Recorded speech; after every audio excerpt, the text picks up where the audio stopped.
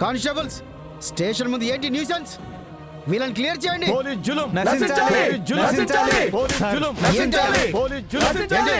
Sir నా మాట వినండి సార్. వీళ్ళ మీద లాఠీ చార్జ్ చేస్తే ఈ విషయం మీకే తెలుస్తుంది సార్. ఆ విషయం పైదాకా వెళ్ళిందంటే మీ ఉద్యోగం పోతుంది సార్. ముందు వాళ్ళు ఆపండి సార్. ఆగండి కానిస్టేబుల్స్, వెంకీని ఆపండి. విడుదల చేయాలి. ఆగండి. మీకే చెప్పండి. ఆగండి.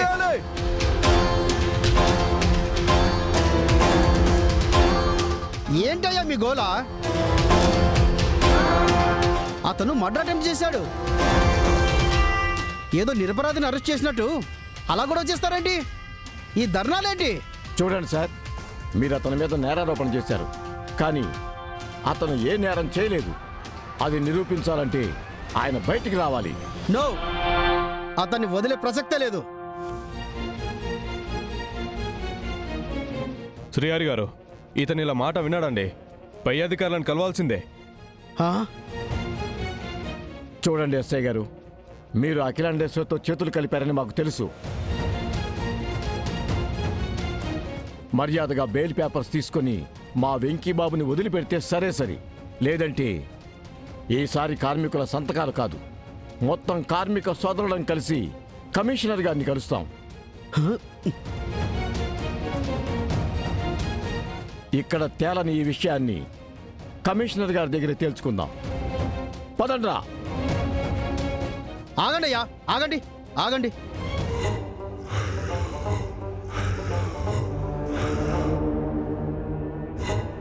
లాయర్ గారు, ఆ బెయిల్ పేపర్ ఇలా ఇవ్వండి.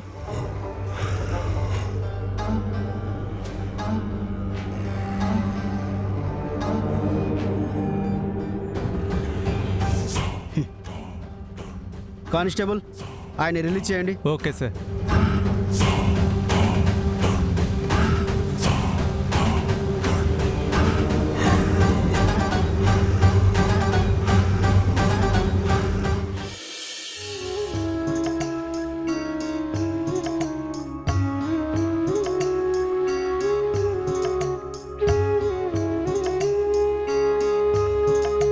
ఇక్కడ సంతకం పెట్టండి. ఇది కండిషనల్ బెయిల్. నువ్వు ప్రతి వారం స్టేషన్కి వచ్చి సంతకం పెట్టాలి. మాకు తెలియకుండా ఊరు దాటి వెళ్ళకూడదు.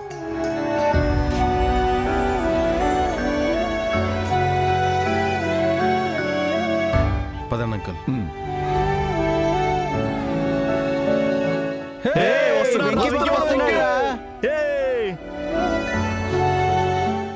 వెంకీబాబు వచ్చాడు. జిందాబాద్. జిందాబాద్.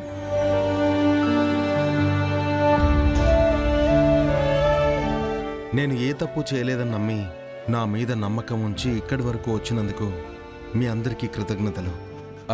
జాగ్రత్తగా ఇంటికి వెళ్ళండి. బాబు, నీకే కష్టం రానివ్వం. నీకే కష్టం వచ్చినా మేమందరం మేమందరం అండగా ఉంటాం.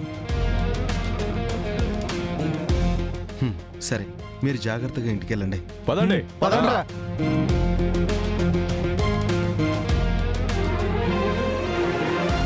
థ్యాంక్స్ లాయర్ గారు. Thanks uncle. మీరు నన్ను నమ్మి నాకు సపోర్ట్ చేశారు. నిజంగా చాలా థ్యాంక్స్. వెంకీ, మన వర్కర్స్ అంతా నిన్ను నమ్ముతున్నారు. అలాగే నీ మీద నాకు ఎప్పుడూ నమ్మకం ఉంటుంది.